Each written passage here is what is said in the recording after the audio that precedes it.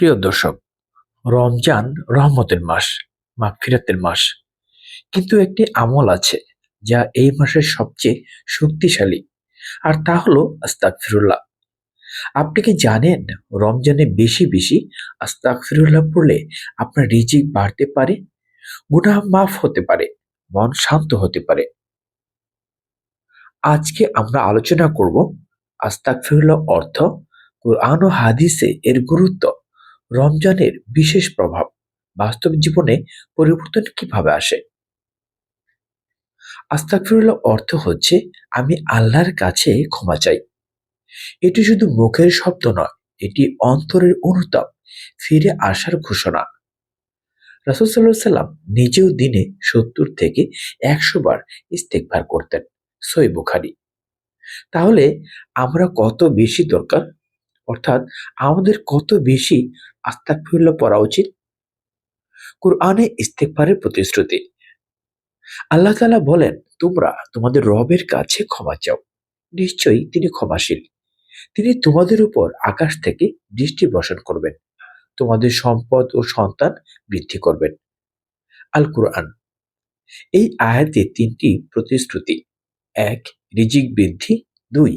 আল্লাহর রহমত, ৩. সন্তান ও বরকত। রমজানে এই প্রতিশ্রুতি আরো শক্তিশালী হয়ে যায়। রমজানে বেশি আস্তাগফিরুল্লাহ পড়লে ৭টি বড় উপকার। ১. গুনাহ মাফ হয়। রমজান হলো মাগফিরাতের মাস।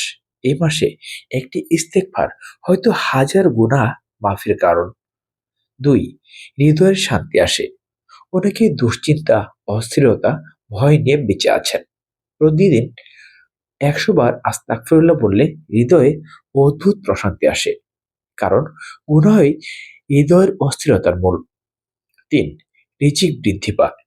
সূরা নূহের আয়াত অনুযায়ী ইস্তেগফার রিজিকের দরজা খুলে দেয়। রমজানে করা ইস্তেগফার দ্বিগুণ সওয়াবের কারণ। ৪. দোয়া কবুল হয়। গুনাহ দোয়ার পথে বাধা। যখন আপনি বেশি বেশি আস্তাগফিরুল্লাহ পড়েন, আপনার দোয়ার পথ ক্লিয়ার হয়। ইস্তেগফার করে দোয়া করুন, ফল নিজেই দেখবেন ইনশাল্লাহ। ৫. বিপদ দূর হয়। অনেক আলেম বলেন ইস্তেগফার হলো বিপদ দূর করার ঢাল। হঠাৎ সমস্যা, ব্যবসায় ক্ষতি, পরিবারে অশান্তি, প্রতিদিন ১০০ বার ইস্তেগফার শুরু করুন। ৬. লাইলাতুল কদরের প্রস্তুতি হয়। শেষ ১০ রাতে ইস্তেগফার অত্যন্ত গুরুত্বপূর্ণ। ৭. মৃত্যুর আগে ভালো পরিণতি। যে ব্যক্তি নিয়মিত ইস্তেগফার করে, আল্লাহ তাআলা তার অন্তর নরম রাখেন। রমজানে এই অভ্যাস গড়ে উঠলে সারা জীবনের জন্য বরকত হয়ে যায়। কখন পড়বেন? সেহরির সময়, ইফতারের আগে, নামাজের পরে, তাহাজ্জুদের সময়, ঘুমানোর আগে। টার্গেট নিন প্রতিদিন কমপক্ষে ১০০ থেকে ৩০০ বার। এক ব্যক্তি দারিদ্র্যে ভুগছিলেন। এক আলেম তাকে বললেন, নিয়মিত ইস্তেগফার করুন। কিছুদিন পর তার রিজিকের অবস্থা বদলে যায়, কারণ আল্লাহ নিজেই প্রতিশ্রুতি দিয়েছেন, ক্ষমা চাইলে বরকত বাড়বে। প্রিয় দর্শক, রমজান বছরে একবার আসে।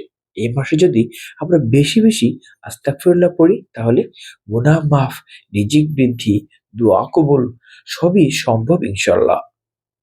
আজ থেকে শুরু করুন, নিজে পড়ুন, পরিবারকে শেখান। আল্লাহ আমাদের সবাইকে রমজানে বেশি বেশি ইস্তেগফার করার তৌফিক দান করুন। আমিন।